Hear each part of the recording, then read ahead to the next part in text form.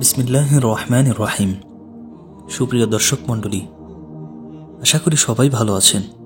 অনেক দিন অতিবাহিত হলো, এর মধ্যে নতুন কোনো ঘটনার অবতারণা হয়নি। কিন্তু হঠাৎ একদিন কাক ডাকা ভোরে শায়েখের দরজায় কড়া নাড়ার শব্দ শোনা গেল।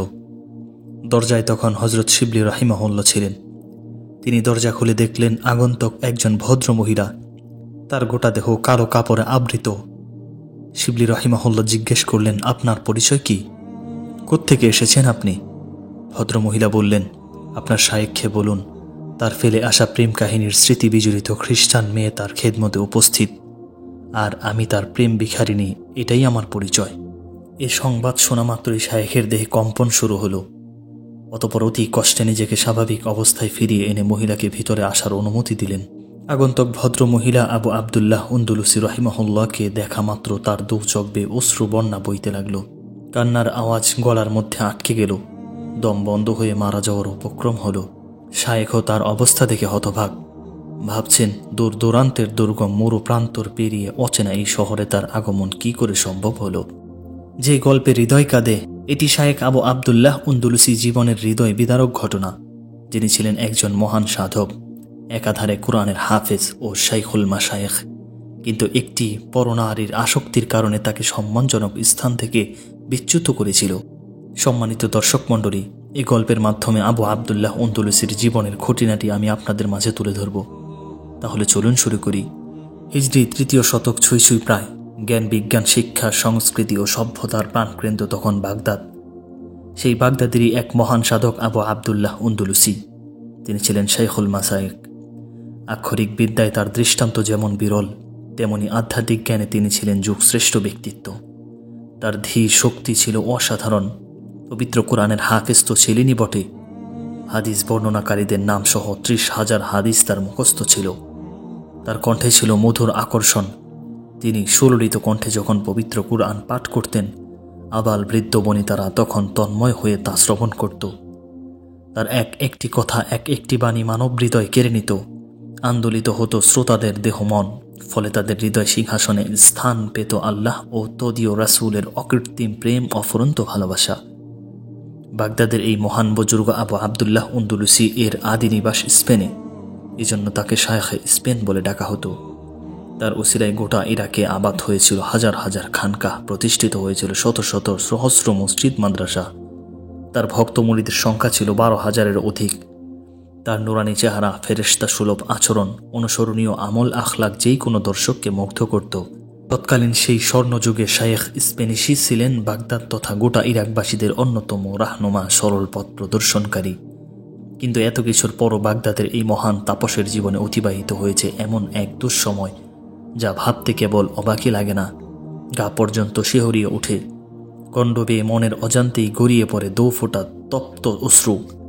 প্রিয় দর্শক মণ্ডলী, তাহলে চলুন আমরা এই মহান বুজুর্গের হৃদয় স্পর্শী কাহিনী ধৈর্য সহকারে আপনাদেরকে বলি, আর আপনারা এই ভিডিওর শেষ পর্যন্ত থাকুন। সেই সাথে জেনে নেই এই ঘটনার মূল কারণও। একদা আবু আবদুল্লাহ উন্দুলুসির রাহিমাহুল্লাহ সফরে বেরোলেন। সঙ্গে তার হাজার হাজার ভক্ত অনুরক্তের দল, যাদের মধ্যে হজরত জুনায়েদ বাগদাদি ও হজরত শিবলি রাহিমাহুল্লাহ এর ন্যায় বড় বড় আলেম ও আধ্যাত্মিক সাধকগণ ছিলেন। সফরের উদ্দেশ্য হল আল্লাহ রাব্বুল আলামিনের সৃষ্ট ওই বিশাল পৃথিবী থেকে জ্ঞান আহরণ ও পথ ভোলা মানুষের মাঝে হিদায়াতের আলো বিতরণ। স্থানে স্থানে কিছুক্ষণ বিশ্রাম নিয়ে একটানা এগিয়ে চলছে বিশাল কাফেলা। সেই সাথে চলছে পরম প্রিয়তম মহান আল্লাহকে পাওয়ার চরম প্রতিযোগিতা। তাই তো দেখা যায়, রাত যত গভীর হয়, প্রভু প্রেমের খেলা ততই জমে ওঠে। দীর্ঘ সফরের ক্লান্তি সত্ত্বেও ভুলে যায় আরাম নিদ্রার কথা, ভুলে যায় স্বীয় অস্তিত্বকে। কেউ জিকির ওজিফার লিপ্ত হয়, কেউ নামাজে দাঁড়িয়ে যায়, আবার কেউ বা শাশ্বত বাণী কোরআনে পাক তেলাওয়াত করে অত্যন্ত নিবিড় ভাবে। এভাবে বেশ কিছুদিন চলার পর কাফেলা একটি বিশাল মরুপ্রান্তরে অতিক্রম করল। ইতিমধ্যে কোনো এক নামাজেরও সময় হলো, কিন্তু তখন কারো কাছেই উজু করার মতো পানি ছিল না। ফলে সবাই পানির জন্য চিন্তিত হলো। ভাবল, পানি না পেলে নামাজ না হয়, তায়াম্মুম করে আদায় করলাম, কিন্তু খাওয়া এবং অন্যান্য প্রয়োজন কিভাবে সারব? ইত্যবসরে দূরে দৃষ্টিগোচর হলো একটা জনপদ। শায়েখের নির্দেশে সবাই জনপদের উদ্দেশ্যে দ্রুত পদে এগিয়ে চলল। সেখানে গিয়ে অনুসন্ধান করে পানি পাওয়া গেল, নামাজও আদায় হলো। কিন্তু পানির সন্ধানকালে যেই দৃশ্য শায়েখের দৃষ্টিগোচর হলো, তাতে তার মানে আত্ম অহমিকার সৃষ্টি হলো।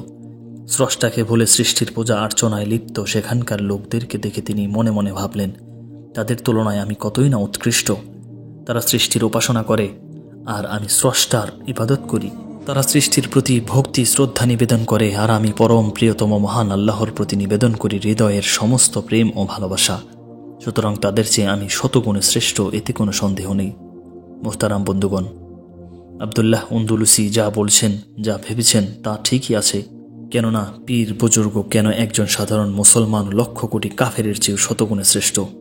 কিন্তু যেহেতু তার কথা দ্বারা কিছুটা অহংকার ও আমিত্বের ভাব প্রকাশ পেয়েছে, তাই আল্লাহ পাক তাকে এক মহাপরীক্ষার সম্মুখীন করলেন। বুঝিয়ে দিলেন আশেক মাসুকের বেলায় অহংকার আর আমিত্বের কোনো স্থান নেই। নিজেকে সর্বাপেক্ষা নিকৃষ্ট মনে করতে পারলেই সঠিক প্রেমের পরিচয় হবে। তাছাড়া এটি একটি স্বতঃসিদ্ধ কথা যে যেই যত বেশি নিকটবর্তী তার পরীক্ষাও হয় তত বেশি কঠিনতর। ফলে সামান্য কারণেই আল্লাহর নৈকট্যশীল প্রেমিক বান্দাদের অধিক কষ্ট ও পেরেশানি ভোগ করতে হয়, সম্মুখীন হতে হয় ও কঠিন থেকে কঠিনতর পরীক্ষায়। বাগদাদের মহান তাপসাবু আবদুল্লাহ আন্দলুসির এর ঘটনায় এই সত্যিটি প্রমাণিত হয়েছে সর্বতোভাবে। সম্মানিত দর্শক মণ্ডলী, আসুন এবার আমরা মূল আলোচনায় ফিরে যাই। হযরত শিবলি বলেন, আমরা যেখানে পানির সন্ধান পেলাম সেখানে দেখলাম কতিপয় রূপসী তরুণী খোপ থেকে পানি তুলছে। তরুণীদের সবাই প্রান্তর যৌবনা, সুঢল সুঠামদেহী, যেন এক একটি সদ্য ফোটা ফুটন্ত ফুল। এই পরন্ত বেলায় তাদের উজ্জ্বল চেহারা দেখে মনে হচ্ছিল যেন ঘন কৃষ্ণবর্ণ সাজের ফাঁকে 14 তারিখের পূর্ণিমার চাঁদ। বলতে গেলে সুন্দরী কেউ কারো চেয়ে কম নয়, তথাপি তাদের মাঝে সর্দার কন্যাকে নক্ষত্রের বেষ্টনীতে পূর্ণিমার চাঁদের মতো দেখাচ্ছিল। মেয়েটির যৌবন পূর্ণ বিকশিত চেহারায় রয়েছে এমন এক অভাবনীয় আকর্ষণ যা যে কোনো দর্শককে দেখা মাত্রই সম্মোহিত করতে সক্ষম। একজন যুবকের রাতের ঘুম হারাম করার জন্য একটি নারীর যে রূপ গুণ থাকা দরকার তার সবই তার মধ্যে রয়েছে এই ভরা যৌবনা মেয়েটির। তদুপরি তার বাহ্যিক সাজসজ্জা তাকে করে তুলেছে আরও মোহনীয়, আরও কমনীয়। এই সর্বাধিক সুন্দরী তরুণীর প্রতি দৃষ্টি পড়তেই শায়েখ সংযম ক্ষমতা হারিয়ে ফেললেন। আকণ্ঠ ডুবে গেলেন আনন্দ সুন্দরীর রূপ শোধায়। তাকে একান্ত করে কাছে পাওয়ার অদম্য স্পৃহা জেগে উঠল তার হৃদয়ের মণিকোঠায়। ভাবখানা এমন যে মেয়েটিকে স্ত্রী হিসেবে না পেলে শায়েখের জীবনটাই যেন পর্যবসিত হবে নিদারুণ ব্যর্থতায়। কিছুক্ষণ পর মেয়েরা চলে গেল সর্দার কন্যাও। শায়েখ তার গমন পথের দিক অপলক নেত্রে তাকিয়ে রইলেন, কিন্তু বেশিক্ষণ দেহের ভারসাম্য রক্ষা করতে পারলেন না। বসে পড়লেন মাথা নত করে। খাওয়া পড়া নেই, কথাবার্তা নেই। এভাবেই পার হয়ে গেল 3 দিন 3 রাত। এর মধ্যে কেবল সময় মতো নামাজটা আদায় করেছেন। মোট কথা শায়েখ তার প্রিয়তমার জন্য জাগতিক সবকিছু থেকে বিস্মৃত হয়ে কল্পনার জগতে হারিয়ে গেলেন। ভক্তবৃন্দের বিশাল কাফেলা তার সাথে। শায়েখের এই অভূতপূর্ব পরিবর্তনে সবাই হতবাক, দিশাহারা, কিংকর্তব্য বিমূঢ়। এহেন পরিস্থিতিতে তারা কি করবে, কি করা উচিত কিছুই বুঝতে পারছে না। অবশেষে ভক্তদের একজন একটু সাহস সঞ্চয় করে শায়েখকে জিজ্ঞেস করল, আমার শ্রদ্ধাভাজন, আপনার কি হয়েছে? আপনি এমন করছেন কেন? অনুগ্রহ করে আপনার মনের কথাটি আমাদের সামনে খুলে বলুন। আপনার এই অবস্থা দর্শনে হাজার হাজার ভক্ত মুরিদ অস্থির হয়ে পড়েছে। ভক্তের কথায় শায়েখ মাথা তুললেন, বললেন, হে আমার প্রিয় শিষ্যগণ, আমার মনের কথা গোপন রেখে তোমাদের আর কতদিন কষ্ট দিব? শোনো, সেদিন ওই রূপসী তরুণীর সাথে 4 চোখের মিলন হওয়ার পর থেকে আমি তার প্রেমে আসক্ত হয়ে পড়ি। এখন আমার শিরা উপশিরায় প্রতিটি রক্তকণিকায় তার প্রেমের স্পন্দন। আমার জীবন তরি ডুবে গেছে ওই ষোড়শী সুন্দরীর প্রেম সাগরে। ওহ, কি অনবদ্য রূপ তার! ও তো নারী নয়, যেন স্বর্গের স্পরী। ওর চোখ ধাঁধানো রূপ, ওর দেহের সৌরভ আমাকে পাগল করে তুলেছে। ওর কথা, ওর ছায়া আমার সর্বাঙ্গে মিশে গেছে একাকার হয়ে। এই দেহে প্রাণ থাকতে ওকে ছেড়ে ফিরে যেতে পারবো না। আমি পারবো না এই প্রেম ভূমি ছেড়ে পালিয়ে যেতে। সুতরাং আমার আশা ত্যাগ করে তোমরা সবাই দেশে ফিরে যাও। এরপর হযরত শিবলি শায়েখকে লক্ষ্য করে বললেন, হে আমার প্রিয় মুর্শিদ, কেন আপনার এই পরিবর্তন? কেন আপনি এই মেকি প্রেমের দুর্বলতার কথা প্রকাশ করছেন, যা অতীতে আপনার মধ্যে কখনোই ছিল না? আমরা সর্বদাই আপনাকে স্রষ্টার প্রেমে ডুবতে দেখেছি। আমরা জানি রূপসী নারীর রূপ সৌন্দর্যে অনেককেই পাগল করে, কিন্তু তা কি সকলের বেলায়? খোদার মহাব্বত যার সেরা উপসেরায় সদা প্রবাহিত, যার নির্দেশনায় পথ খুঁজে পেয়েছে হাজারো আত্মবিস্তৃত মানুষ, এমন মহামনীষীর বেলায়ও কি এই কথা মেনে নেওয়া যায়? না, তা কখনোই মেনে নেওয়া যায় না। প্রাণপ্রিয় মুর্শিদ আমার, আপনার মতো মহান ব্যক্তির মধ্যে নারী প্রেম এত কল্পনারও বাইরে। এই অপমান, এই দুঃখ বেদনা আমরা সহ্য করতে পারছি না। আপনার এই মেকি প্রেমের কারণে আমাদের ইজ্জত, সম্মান, সুনাম সবই ভুলুণ্ঠিত হচ্ছে। আপনাকে এই অবস্থায় রেখে আপনি আমাদেরকে দেশে ফিরে যেতে বলছেন। দেশে ফিরে গিয়ে লোকদের আমরা কি বলবো, কিভাবে তাদের বোঝাবো? আপনাকে কোরআনে পাকের দোহাই দিয়ে বলছি, আপনি আপনার পূর্বের অবস্থায় ফিরে আসুন। খ্রিস্টান সাদা চামড়া বলি মেয়ের রূপ সৌন্দর্যের কথা ভুলে যান, কারণ খ্রিস্টানরা আল্লাহর দুশ্মন, নবীর দুশ্মন, সমস্ত মুসলমানের দুশ্মন। আপনি একটি খ্রিস্টান মেয়ের রূপ লাবণ্যের ফাঁদে আটকা পড়েছেন। আমার ভয় হয় ওর মোহমায়া আপনাকে কিনা ধর্মচ্যুত করে সারে। আপনার জন্য পাগল কত মানব মানবী, ওর চেয়ে সুন্দরী নারী কি মুসলিম পরিবারে নেই? আছে, বহু আছে। এমন কোনো বিশ্ব সুন্দরী আছে যে আপনার প্রণয় বন্ধনে আবদ্ধ হতে উৎসাহী নয়? শাইখ স্প্যানিশ বললেন, হে আমার সন্তানেরা, আমার এবং তোমাদের মাঝে অদৃষ্টের লিখন প্রতিফলিত হতে চলেছে। বেলায়েত ও নৈকট্যের অমূল্য পোশাক আমার থেকে ছিনিয়ে নেওয়া হচ্ছে। উঠিয়ে নেওয়া হয়েছে হেদায়েতের সুমোদয় চিহ্ন। আমি বিচ্ছিন্ন, আমি নিঃস্ব, নিরুপায়, অসহায়, একাকী। এই পর্যন্ত বলার পর শাইখের গলা ধরে এলো। তিনি কান্নায় ভেঙে পড়লেন। অনেকক্ষণ পর বহু কষ্টে কান্না সংবরণ করে আবার বলতে লাগলেন, হে আমার সহচর বৃন্দ, যা কিছু ঘটেছে, ঘটতে যাচ্ছে সবই কুদরতের লীলা খেলা। মহান প্রভুর সীমাহীন অভিমান ও ক্রোধের শিকার আমি। এখন আমি আর আমার ক্ষমতাধীন নই। সুতরাং আবারও বলছি, তোমরা ফিরে যাও। এই অপ্রত্যাশিত দুঃখজনক ঘটনায় ভক্ত মুরিদরা এমনিতেই কর্তব্য বিমূঢ়। তদুপরি শাইখের অনাকাঙ্ক্ষিত বক্তব্যে তারা আরও ভেঙে পড়ল। ঝরঝর করে ঝরতে লাগলো সকলের চোখের অশ্রু। শাইখও কাঁদতে লাগলেন। চোখের পানিতে সকলের বুক ভেসে গেল। সিক্ত হলো ঊষর ভূমি। কেউ জমিনে গড়াগড়ি খেল, কেউ পড়ে থাকলো অজ্ঞান অবস্থায়, কেউ বা কাতর স্বরে আল্লাহর নিকট দোয়া করে বলল, হে বিশ্ব প্রভু মহান আল্লাহ, তুমি আমাদের শাইখকে হেদায়েত দান করো, ফিরিয়ে দাও তাকে পূর্ণ মর্যাদা। আবার কেউ বা এই জগৎ থেকে বিদায় নিল মাত্রাহীন চিন্তা ও দুঃখে। মোট কথা সব মিলিয়ে সেখানে সৃষ্টি হলো এমন এক হৃদয় বিদারক দৃশ্যের, যা ইতিপূর্বে কেউ কল্পনাও করতে পারেনি। অনেকক্ষণ পর বেহুশ সাথীদের জ্ঞান ফিরে এলে সবাই উঠে দাঁড়ালো। অতঃপর নিরাশ হয়ে ভগ্ন হৃদয় নিয়ে বাগদাদ অভিমুখে যাত্রা করল। কয়েকদিন চলার পর তারা যখন শহরের নিকটবর্তী এলাকায় পৌঁছল, তখন তাদেরকে অভ্যর্থনা জানানোর জন্য লোকজন পাগলপাড়া হয়ে ছুটে এলো। কিন্তু যাকে কেন্দ্র করে শহরময় এই উৎসাহের আমেজ, যার উদ্দেশ্যে বয়ে চলছে বাঁধভাঙ্গা আনন্দ স্রোত, তাকে তো কাফেলার সাথে দেখা যাচ্ছে না। তবে কি তিনি আসেননি? সবার মনে তখন এই প্রশ্নটি ঘুরপাক খাচ্ছে। শেষ পর্যন্ত আদ্যোপান্ত ঘটনা যখন শুনল, তখন সাথে সাথে সৃষ্টি হলো আরেকটি মর্মস্পর্শী দৃশ্যের। ভক্তবৃন্দের গগন ফাটা চিৎকার ধ্বনিতে আকাশ বাতাস প্রকম্পিত হলো। বিকট চিৎকার দিয়ে আরও কয়েকজন প্রাণ হারালো।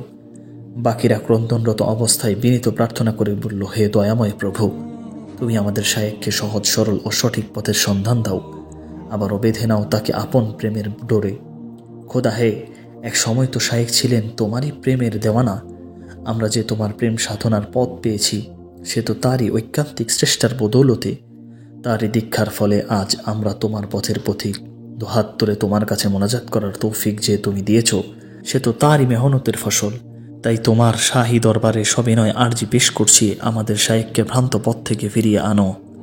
মুসলমানদের চিরশত্রু খ্রিস্টানদের কবল থেকে তাকে মুক্তি দাও। হে খোদা, আমাদের শায়েখী যদি পথভ্রষ্ট হয়ে যান, তবে আমাদের অবস্থা কি হবে? হে দয়ার সাগর, গফুর ও গাফফার, শায়েখের প্রতি দয়া করো, দয়া করো এই পাপী তাপীদের প্রতিও। আমরা আমাদের শায়েখকে আমাদের পূর্বের অবস্থায় দেখতে চাই। মোনাজাত শেষ, এক বুক দুঃখ নিয়ে সকলেই যার যার বাড়িতে ফিরে গেল। কিছুদিনের মধ্যে বিরান হয়ে গেল শায়েখের খানকাগুলো। কক্ষগুলোতে ঝুলতে লাগলো রং বেরঙের তালা। মুরিদানরা চলতে লাগলো যে যার মতো। এভাবে চলতে থাকে অনেক সময়। দিন যায়, মাস যায়, বছর পেরোয়, কিন্তু এই পর্যন্ত শায়েখের কোনো সংবাদ নেওয়া হলো না। তাই ভক্তরা মিলে পরামর্শবশত সিদ্ধান্ত হলো, 2-1 দিনের মধ্যেই একটি ছোট্ট কাফেলা শায়েখের সংবাদ নিতে যাবে। যথাসময়ে নির্দিষ্ট জনপদে কাফেলা পৌঁছে গেল। গ্রামবাসীদের জিজ্ঞেস করে জানল, শায়েখ ওই চারণ ভূমিতে শূকর চড়াচ্ছেন। এতদা শ্রবণে তারা চমকে উঠে বলল, এ কি দুঃসংবাদ শোনালে তোমরা? সত্যিই কি তিনি চারণ ভূমিতে শূকর চড়াচ্ছেন? লোকেরা জবাবে বলল, হ্যাঁ, তিনি পল্লী সর্দারের একমাত্র কন্যাকে বিবাহের প্রস্তাব দিলে তিনি শর্ত সাপেক্ষে তা গ্রহণ করেছেন। শর্ত ছিল, 1, খ্রিস্টান ধর্ম গ্রহণ করতে হবে। 2, খ্রিস্টানদের রীতিনীতি পুরোপুরি মেনে চলতে হবে। 3, প্রতিদিন চরণভূমিতে গিয়ে শূকর চড়াতে হবে। আপনাদের শায়েখ সবগুলো শর্ত অকপটে মেনে নিয়েছেন। ডুবে গেছেন পল্লী সর্দারের আদরের দুলালির প্রেম সাগরে। বর্তমানে মুসলমানদের সামান্য চিহ্ন তার মধ্যে অবশিষ্ট নেই। তিনি আর এখন তোমাদের শায়েখ নন, তিনি এখন আমাদের চারণভূমির প্রধান রাখাল। যাও ওই চারণভূমিতে গিয়ে দেখো তিনি তোমাদের না আমাদের। এই অনাকাঙ্ক্ষিত সংবাদে ভক্তবৃন্দের অবস্থা অত্যন্ত শোচনীয় আকার ধারণ করল। মনের অজান্তেই গড়িয়ে পড়ল ফোঁটা ফোঁটা তপ্ত অশ্রু। হারিয়ে ফেলল নড়াচড়া করার ক্ষমতাটুকু। বিষণ্ণ মন, ক্লান্ত দেহ, এ অবস্থায় তারা চারণভূমির দিকে পা বাড়ালো। এক পা দু পা করে হাঁটতে হাঁটতে এক সময় তারা যথাস্থানে পৌঁছে গেল। সেখানে গিয়ে শায়েখকে যেই অবস্থায় তারা দেখতে পেল, তাতে কাটা খায়ে লবণের ছিটা লাগার মতো অবস্থা হলো। তারা দেখল শায়েখের মাথায় খ্রিস্টানদের হ্যাট, কোমরে বাঁধা পৈতা, আর যে লাঠিতে ভর করে ওয়াজ নসিহত ও খুতবা পাঠ করতেন, সেই লাঠির উপর ভর করে শূকর পালের সামনে দাঁড়িয়ে আছেন রাখালের ভূমিকায়। আগত ভক্তবৃন্দদের দেখে শায়েখ মাথা নিচু করলেন। তারা নিকটে পৌঁছে সালাম দিলে শায়েখ অতি নিম্ন স্বরে সালামের উত্তর দিলেন বটে, কিন্তু মাথা উত্তোলন করলেন না। তারা শায়েখের অতি কাছে গিয়ে বিনয়ের সাথে বলল, হজরত, আপনার এই কী অবস্থা? আপনি আমাদের পীর ও মুর্শিদ, শত সহস্র মানুষ আপনার পদধূলি নেওয়ার জন্য প্রস্তুত, আর আপনি কিনা করছেন অন্যের গোলামি, তাও আবার মুসলমানদের নয়, মুসলমানদের চিরশত্রু খ্রিস্টানদের। এই কি নিয়তির পরিহাস? প্রিয় মুর্শিদ, আপনি চিন্তা করে দেখুন, শূকর চড়ানোর মতো নিকৃষ্টতম কাজ কি আপনার জন্য শোভা পায়? তবে কি আপনি আপনার মর্যাদার কথা ভুলে গেছেন? ভুলে গেছেন মহান আল্লাহর সাথে আপনার মধুময় সম্পর্কের কথা? শায়েখ বললেন, হে আমার প্রিয় ভাইয়েরা, আমি আর এখন আমার এখতিয়ারে নেই। আমি স্বেচ্ছায় কিছুই করছি না। রহিত হয়ে গেছে আমার ব্যক্তি স্বাধীনতা। আমার মাওলা আমাকে যেমন চেয়েছেন তেমন করেছেন। তিনি যখন আমাকে এত নিকটে নেওয়ার পর আবার তাড়িয়ে দিয়েছেন, নিক্ষেপ করেছেন দূরে, বহু দূরে, তখন কে মাওলার এই সিদ্ধান্তকে খণ্ডাতে পারে? প্রিয় ভাইরা, একটি কথা তোমাদের বলে রাখি, সর্বশক্তিমান আল্লাহর কোত্থ থেকে বেঁচে থাকুক, নিজের জ্ঞান, বুদ্ধি ও পদমর্যাদার উপর গর্ব করো না। অতঃপর তিনি আকাশপানে তাকিয়ে বললেন, হে প্রভু, তোমার দরবার থেকে আমাকে লাঞ্ছিত, বঞ্চিত ও অপদস্থ বিতাড়িত করবে এই ধারণা তো আমার ছিল না। আমি তো কোনোদিন কল্পনাও করতে পারিনি যে ওইসব ঘৃণ্য পশু, যাদের অপবিত্র হওয়ার কথা পবিত্র কোরআনে ঘোষিত হয়েছে, তাদের সাথে করে উঠছে আমার দারুণ সখ্যতা। আমার চেয়ে অধম আর কে আছে এই জগতে? এই বলে শায়েখ কান্নায় ভেঙে পড়লেন। এরপর কান্না বিজড়িত কণ্ঠে ভক্তদের সম্বোধন করে পুনরায় বললেন, বন্ধুরা আমার, অপরের ঘটনা থেকে উপদেশ গ্রহণ করো। এতটুকু বলে ইচ্ছা থাকা সত্ত্বেও শায়েখ আর কিছুই বলতে পারলেন না। তার কণ্ঠ আড়ষ্ট হয়ে এলো। শায়েখ যে আপন অপরাধের জন্য লজ্জিত, ব্যথিত ও অনুতপ্ত ভক্তবৃন্দের তা বুঝতে বাকি রইল না। কিন্তু সেই অপরাধটা কি? কেন শায়েখের ওপর এই কঠিন পরীক্ষা? কেন তার এই অবিশ্বাস্য পরিবর্তন? তা বুঝতে বারবার চেষ্টা করেও তারা তা ব্যর্থ হলো। সুতরাং এই করুণ মুহূর্তে আল্লাহর নিকট রোনাজারি ছাড়া তাদের কি বা করার আছে? তাই তারা সম্মিলিতভাবে হাত তুলে কেঁদে কেঁদে বলল, হে মহান, এই অগ্নি পরীক্ষা থেকে শায়েখকে তুমি মুক্তি দাও। বর্ষণ করো তার প্রতি তোমার রহমতের বারিধারা। তাকে সহজ সরল সঠিক পথের সন্ধান দাও। সুগম করো তার হেদায়েতের পথ। হে মহিয়ান করিয়ান, ভুল করা মানুষের স্বভাব, তবে কেন তার প্রতি তুমি এত বিরাগ? তার পক্ষ হয়ে আমরাও তোমার কাছে ক্ষমা প্রার্থনা করছি, ভিক্ষা করছি তোমার অসীম করুণা। হে আহকামুল হাকিমিন, তোমার রহম ও করমের ফাইসালা করো। তোমার প্রেম সাগরের তরাঙ্ঘাতে উদ্বেলিত করো তোমার এককালের খাঁটি প্রেমিক শায়েখ স্প্যানিশকে। তোমার প্রেমের বাড়িধারায় পবিত্র করো তার মেকে প্রেম কুফরের অবলিতা। শায়েখ ও ভক্তদের কান্নার প্রভাব শূকর পালের উপর পড়ল। এরা শায়েখের চরণতলে সমবেত হয়ে গলা কাটা পশুর ন্যায় তপড়াতে লাগল, আর এত উচ্চস্বরে চিৎকার শুরু করল যে সে চিৎকার ধ্বনিতে পাহাড় থেকে পাহাড়ের প্রতিধ্বনিত হলো, প্রকম্পিত হলো আকাশ বাতাস। একদিকে শায়েখ, আর একদিকে ভক্তবৃন্দেরা হাজারি, আর অপরদিকে শূকর পালের চিৎকার ধ্বনি আর গড়াগড়ি। সব মিলিয়ে সৃষ্টি হলো এক বিভীষিকাময় পরিবেশ। হাসর ময়দানের রূপ নিল এই চারণভূমি। অনেকক্ষণ যাবৎ এই অবস্থা চলল। তারপর ধীরে ধীরে শান্ত হলো পরিবেশ, কিন্তু কারো মুখে কোনো কথা নেই। সকলেই নীরব, পিন পতন নীরবতা। একসময় আগন্তকদের মধ্য থেকে একজন নীরবতা ভঙ্গ করে জিজ্ঞেস করলেন, হুজুর, পবিত্র কোরআনের কোনো আয়াত কি আপনার স্মরণ আছে? শায়েখ বললেন, দুটি ছাড়া সব আয়াতই ভুলে গেছি। তাদের মধ্যে একটি হলো, আল্লাহ তাআলা যাকে লাঞ্ছিত ও অপমানিত করেন তাকে কেউ সম্মান দিতে পারে না, নিশ্চয়ই তিনি যা চান তাই করেন। দ্বিতীয় আয়াতটি হলো, যে ব্যক্তি ঈমানের পরিবর্তে কুফর অবলম্বন করে তবে সত্যি সে ভ্রান্ত পথের পথিক। প্রশ্নকারী আবার প্রশ্ন করল, হজরত, আপনার 30,000 হাদিস সনদ সহ মুখস্থ ছিল, এখন কোনো হাদিস মনে আছে কি? উত্তরে শায়েখ বললেন, সবই ভুলে গেছি, তবে একটি হাদিস ভুলে যায়নি। তা হলো, যে ব্যক্তি আপন ধর্ম ইসলামকে বাদ দিয়ে নতুন ধর্ম গ্রহণ করে তাকে কতল করে দাও। সম্মানিত দর্শক মণ্ডলী, শাইখের স্মরণে থাকা 2খানা আয়াত ও 1খানা হাদিসের দিকে গভীরভাবে লক্ষ্য করা হলে বোঝা যায় প্রকৃত প্রেমের তোষানলে তিনি তিলে তিলে বিদগ্ধ হচ্ছিলেন শাইখ। আর বর্তমানে তিনি যা করছেন এটা তার অনাকাঙ্ক্ষিত। এই অবাঞ্ছিত মেকি প্রেম বাস্তবে তার অশান্তির কোনো পেশ ছিল না। তিনি প্রতি মুহূর্তে নিজেকে এখন অপরাধী মনে করছেন, যা তার প্রতিটি কথা থেকেই বোঝা যাচ্ছে। কিন্তু কুদরতের লীলা খেলার উপর যেহেতু কারো কোনো হাত নেই, তাই এবারও ভক্তদের পূর্বের ন্যায় নিরাশ হয়ে ফিরে যেতে হলো। ভক্তবৃন্দ 1 পা 2 পা করে 3 মঞ্জিল পথ অতিক্রম করেছে। এর মধ্যেই পার হয়ে গেছে 2 দিন 2 রাত। তৃতীয় দিন তারা একটি জলাশয়ের নিকট তাঁবু ফেলল।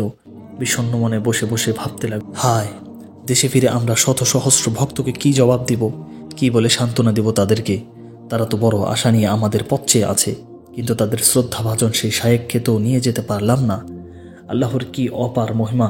কাফেলার লোকজন যখন বসে বসে এসব চিন্তা করছিল, ঠিক এমন সময় তারা দেখলেন একটি নদী থেকে গোসল সেরে শায়েখ এদিকে এগিয়ে আসছেন এবং উচ্চ সুরে পড়ছেন, আশহাদু আল্লাহ ইলাহা ইল্লাল্লাহ ও আশহাদু আন্না মুহাম্মাদান আবদুহু ওয়া রাসূলুহু।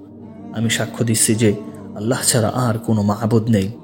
আমি আরও সাক্ষ্য দিচ্ছি যে হযরত মুহাম্মদ সাল্লাল্লাহু আলাইহি ওয়াসাল্লাম আল্লাহর বান্দা ও তার রাসূল।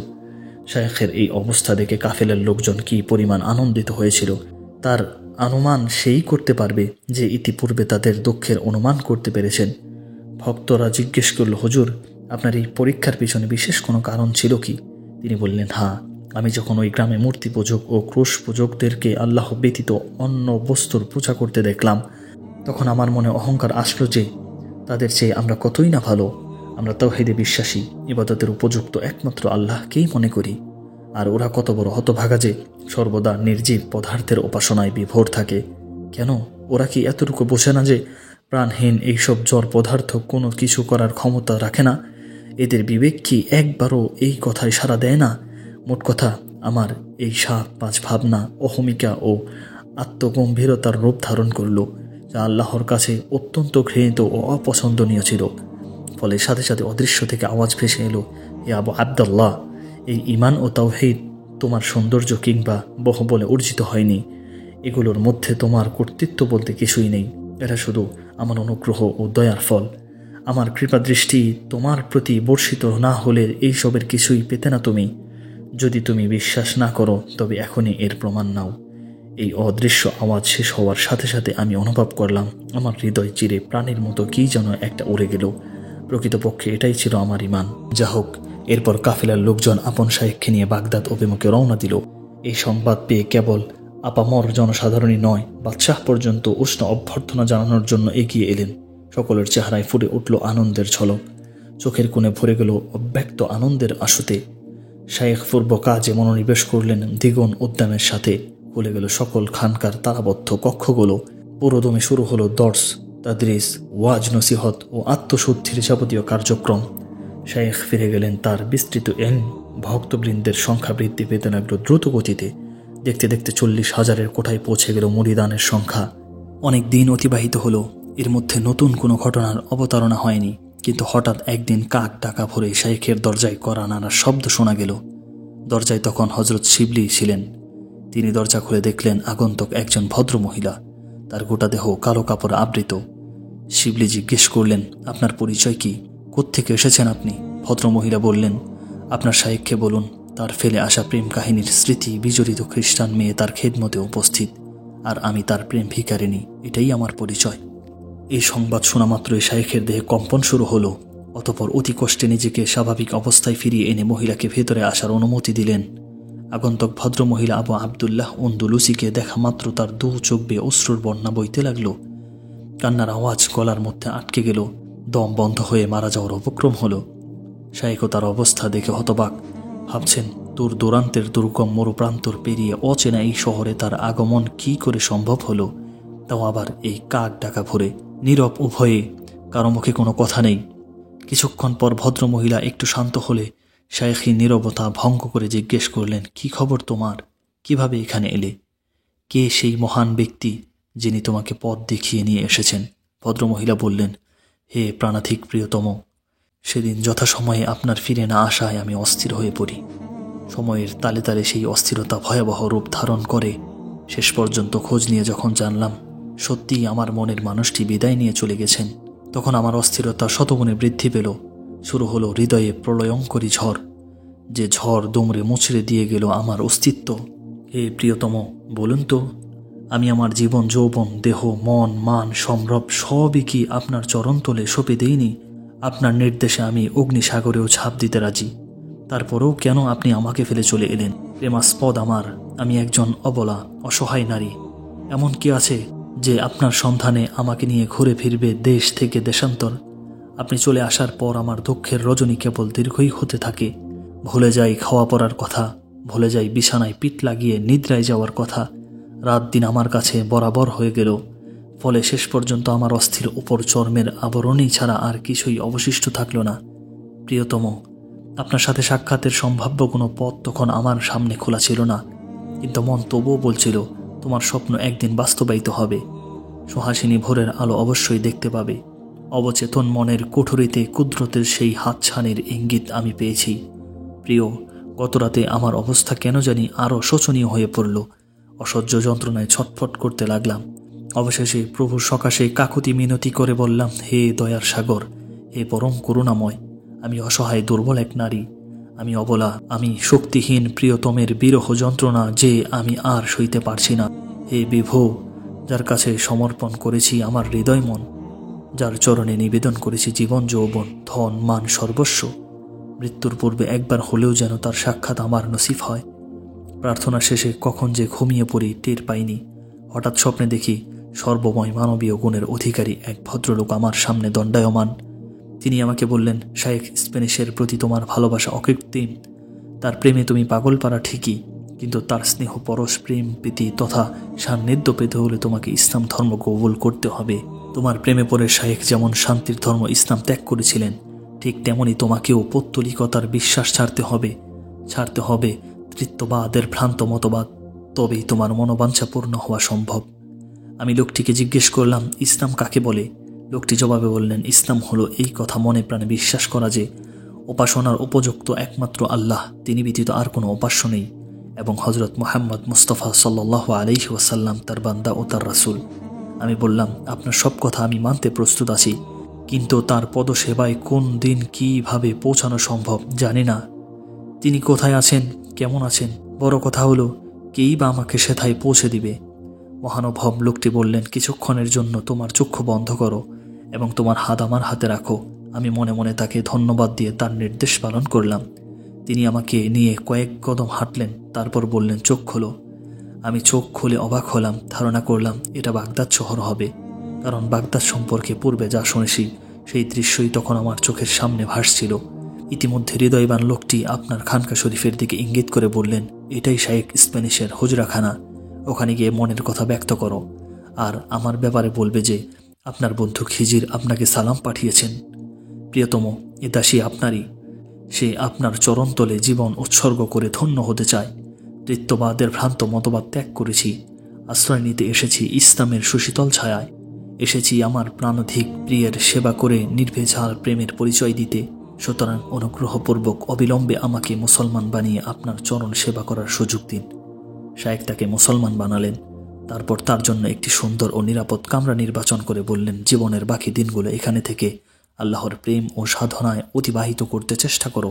প্রয়োজনীয় সব কিছু যথাসময়ে পেয়ে যাবে। তারপরও যদি কিছুর প্রয়োজন হয় তবে খাদেমকে দিয়ে আমাকে অবহিত করবে। মহিলা নির্দ্বিধায় কামরায় চলে গেল। শুরু হলো নতুন জীবন।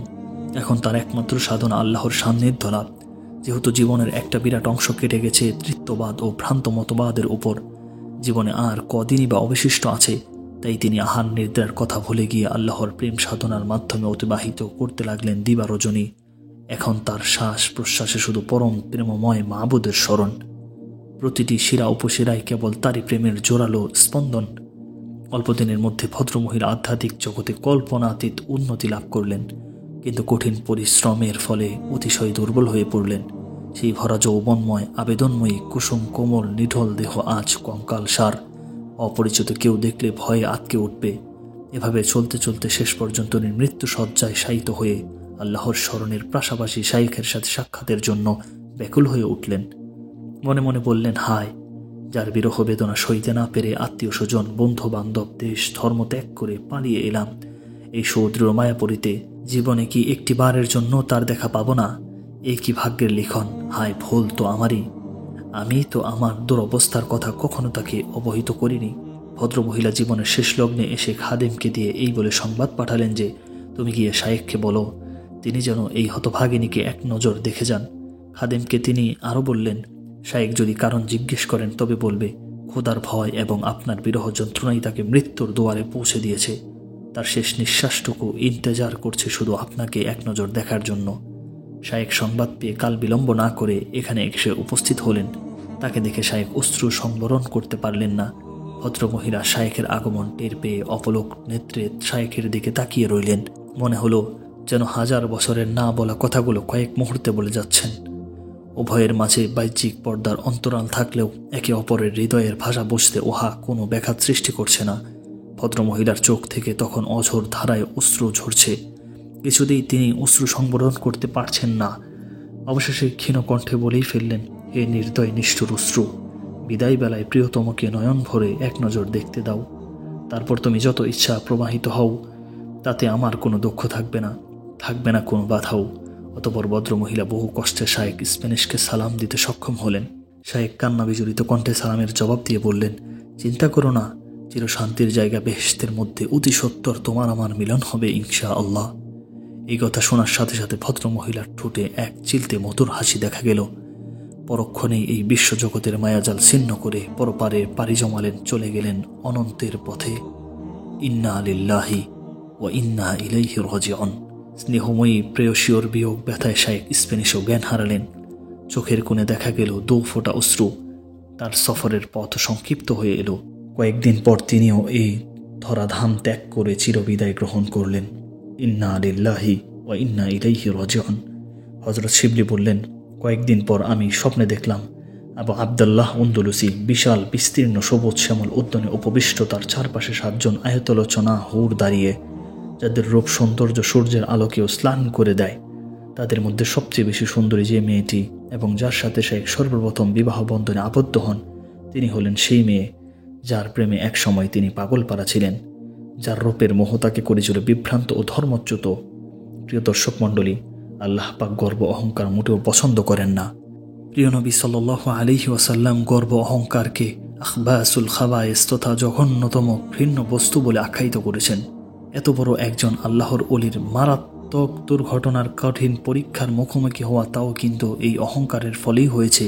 তাই আসুন, অহংকার নামক এই মহাব্যাধিকে আমরা দিল থেকে বের করে দিই, নিজের আমিত্বকে খতম করে ফেলি, অন্তরে স্থান দিই বিনয়, নম্রতা ও নিজেকে ছোট ভাবার মহৌষধ। আর এই জন্য আধ্যাত্মিক জগতের ডাক্তার, হক্কানি পীর বা মাশায়েখদের শরণাপন্ন হই। তাদের মাধ্যমে ধৈর্যের সাথে চিকিৎসা গ্রহণ করি, স্বচ্ছ সুন্দর করে যাবতীয় আবিলতা থেকে অন্তর নামক আয়নাটিকে। হে দয়াময় প্রভু, তুমি আমাদের তৌফিক দাও, আমিন ইয়া রব্বাল আলামিন। আশা করি আজকের ভিডিওটি আপনাদের কাছে ভালো লেগেছে। আজকের ভিডিওটি ভালো লাগলে ভিডিওতে লাইক, কমেন্ট, শেয়ার এবং চ্যানেলটাকে সাবস্ক্রাইব করতে ভুলবেন না। অবশ্যই আপনার মূল্যবান মতামত কমেন্টে জানাবেন। ধন্যবাদ।